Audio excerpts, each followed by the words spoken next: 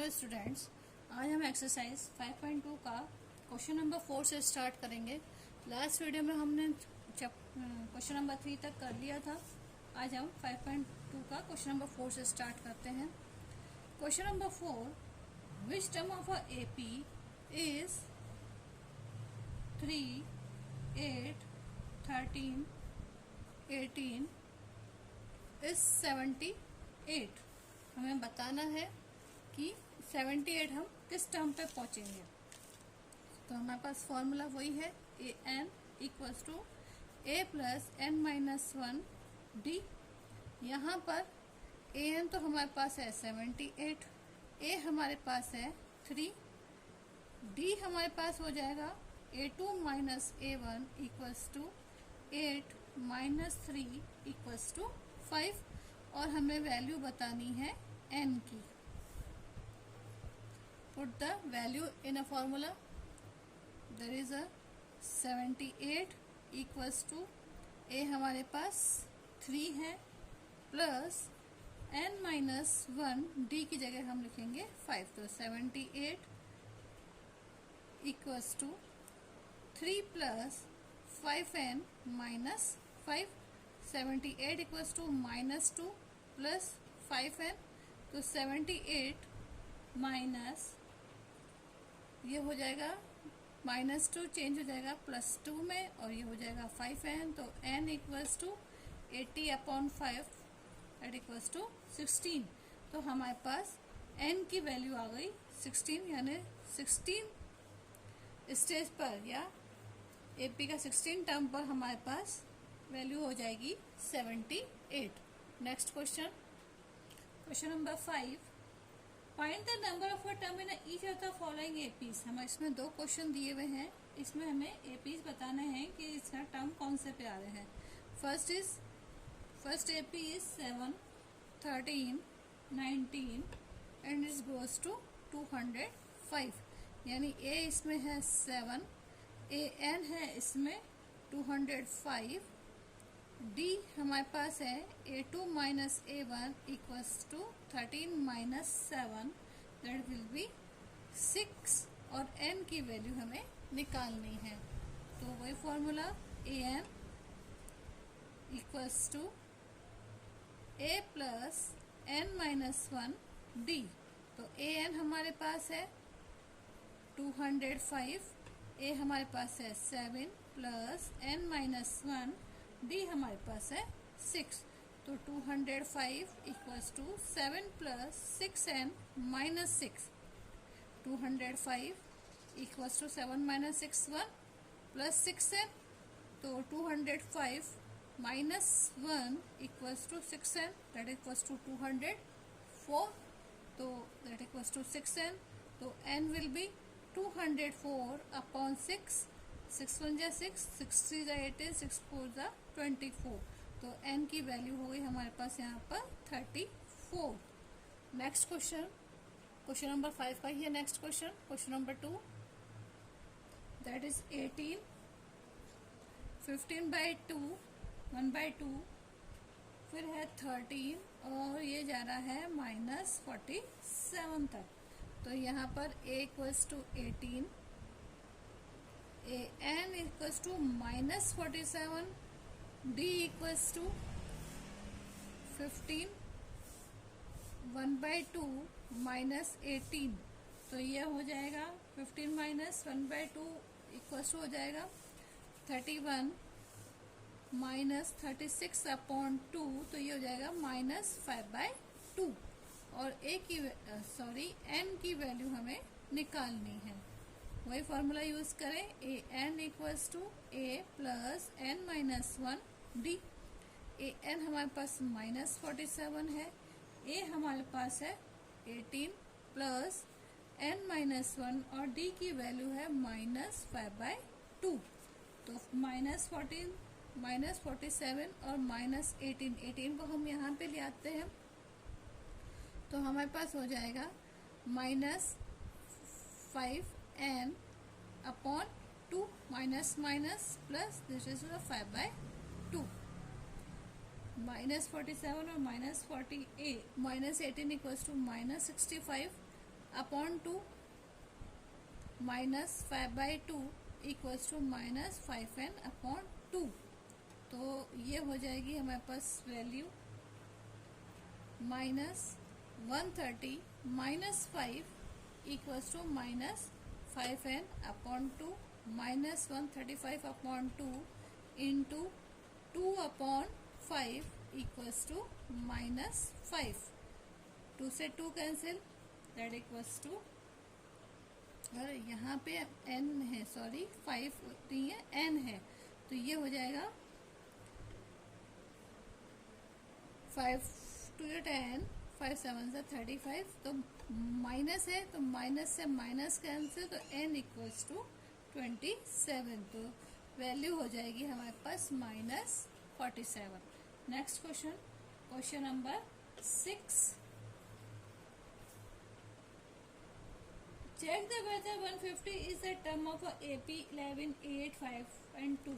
ये कह रहा है कि आपके पास एक AP है 11, 8, 5, 2, ये क्या 150 तक जाती है, क्या 150 इसमें आ सकता है, तो इसको हमें चेक करना है। यहाँ पर हमने लिया है A इक्वल्स टू 11, AN हमने लिया है 150 माइनस 150 है ये, D equals to A2 minus A1 that equals to 8 minus 11 equals to minus 3, and हमें वैल्यू निकालनी है n की, कि ये, और n की भी क्या वैल्यू निकालनी है, एक्चुअल में हमें माइनस 150 चेक करना है कि ये आ रहा है या नहीं आ रहा है। तो वो हम इसी से निकाल सकते हैं, इसी फॉर्मूले से ही निकालेंगे, an a प्लस जो फॉर्मूला हम बार बार यूज कर रहे हैं। तो ये आ जाएगा माइनस 150, ए हमारे पास है 11 प्लस n माइनस 1, डी हमने निकाला माइनस 3, तो minus 150 minus 11 equals to minus 3n plus 3, तो ये हो जाएगा माइनस 161, और ये माइनस 3 आ जाएगा, तो ये हो जाएगा minus 3n minus 164 equals to minus 3n, minus से minus cancel, n equals to 164 upon 3। अगर हम इसको डिवाइड करते हैं तो ये आ जाएगा 54 2/3, और 54 2/3 not possible, so minus 150 is not of an AP में ये पॉसिबल नहीं है। Next question, question number 7। Question number 7, find the 31st term of an AP whose 11th term is 38 and the 16th term is 73। इसमें हमारे को दो term given है और थर्ड टर्म निकालनी है। एक तरीके से ये डबल क्वेश्चन ही है, तो हम इसको क्वेश्चन को इस तरीके से सॉल्व करेंगे। इससे सबसे पहले बोला है फाइंड द 31st टर्म, तो whose 11th टर्म इज 38, तो हम इसकी 11th टर्म को रख देते हैं। A11 इक्वल्स टू हमारे पास है 38, A16 हमारे पास है 73, और हमें निकालनी है A31। ये हमें मालूम करनी है। यहाँ पर ना तो A गिवन है ना D गिवन है, हमारे पास कुछ भी गिवन नहीं है, तो हमें बहुत अच्छे से इस क्वेश्चन को अपन सॉल्व कर सकते हैं। A11 इक्वल्स टू होता है A plus 2D, sorry 10D, यही होता है, that equals to 38। A16 equals to होता है A प्लस 15D, तो ये हो जाएगा हमारे पास 73।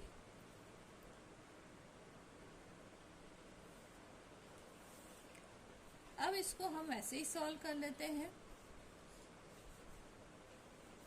सिंपल सम की तरह, दैट इज माइनस माइनस और माइनस, ये कैंसिल हो जाएगा। 15 minus D equals to minus 5D, 73 minus 38 equals to minus 35, तो ये तो हो गया कैंसिल, और d इक्वल्स टू हो गया 35 अपॉन 5 इक्वल्स टू 7, तो d की वैल्यू आ गई हमारे पास 7।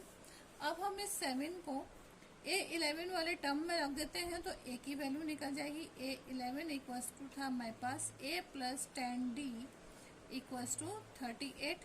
इसको हम इक्वेशन 1 दे देते हैं और इसको इक्वेशन 2 दे देते हैं। तो हम ये कह सकते हैं कि put the value in equation 1। तो इक्वेशन 1 हमारे पास है A11 equals to A plus 10D equals to 38।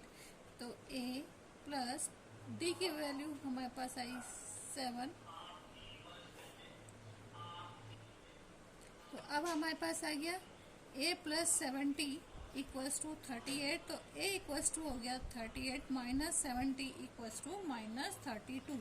ये तो है हमारी माइनस 32 A की वैल्यू आई। अब हमको वैल्यू निकालनी है A31 की। तो A31 बराबर होता है A प्लस 30D। A तो है माइनस 32 प्लस 30 इंटू 7। तो माइनस 32 प्लस 210 इक्वल्स टू 178। तो A31 बराबर हो जाएगा हमारे पास 178, यानी तो AP की 31st टर्म हमारे पास है 178। Next question, question number 8। An AP consists of a 50 terms, of which third term is a 12 and the last term is a 106. Find the 29th term। Same question ही है, एक तरीके से बहुत ही इजी क्वेश्चन है। AP कंसिस्ट ऑफ 50 टर्म्स, यानी 50 terms तो इसकी लास्ट ही है। Which third term is 12।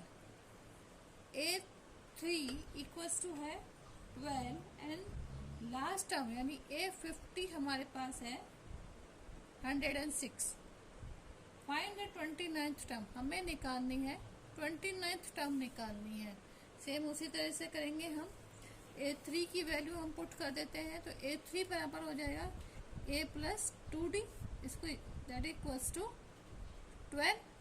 ये इक्वेशन हो गई फर्स्ट। A50 बराबर है A plus 49D, that equals to 106। ये हो गई इक्वेशन नंबर 2। अब इसको सॉल्व कर लेते हैं। ये माइनस और ये भी माइनस, तो ये हो जाएगा कैंसिल। 49 माइनस 2 इक्वल्स टू हो जाएगा हमारे पास माइनस 47D। और 106 में से 12 गया तो हमारे पास बचा 94 माइनस 94। तो माइनस से माइनस कैंसिल और D equals to 94 upon 47 that equals to 2। तो हमारे पास D की वैल्यू तो आ गई 2। अब हमें A की वैल्यू चाहिए। Put the value of D in equation 1। Equation 1 में रख दें हम। तो A plus 2D equals to 12। A तो हमें निकालना ही है। 2 into 2 equals to 12। A plus 4 equals to 12। तो A बराबर 12 माइनस 4 इक्वल्स टू 8। अब हमारे पास A की वैल्यू भी आ गई। अब हमें निकालनी है according to question 29th term. तो दैट इक्वल्स टू A ना 29 equals to A plus 28D। तो A हमारे पास है 8 प्लस 28 इंटू 2। तो दैट विल बी 8 प्लस 56। तो ये हो जाएगा हमारे पास 64। A29 हमारे पास टर्म हो गई 64। तो आंसर हो गया हमारे पास 64। Next question, question number 9। If the third term and the ninth term of a AP are 4 and a minus 8 respectively, which term of the AP is 0। अब यहाँ पे AP गिवन है और हमें टर्म बतानी है कि कौन सी टर्म पर 0 हो जाएगा। तो इज द थर्ड टर्म यानी A3 है हमारे पास।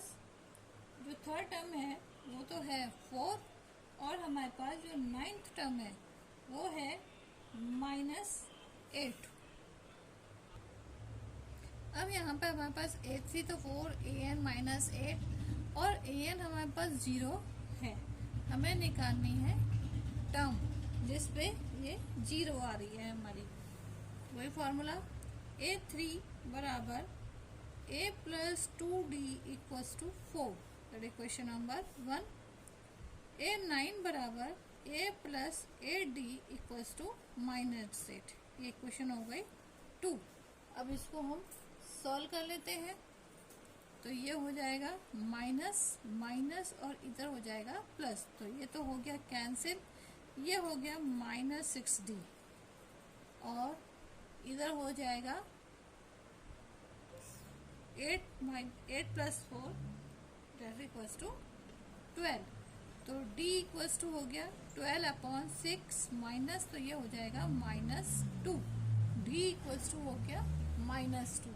अब D की वैल्यू तो आ गई हमारे पास, अब हमें निकालनी है A की वैल्यू। पहले A की वैल्यू निकालेंगे फ्रॉम इक्वेशन 1।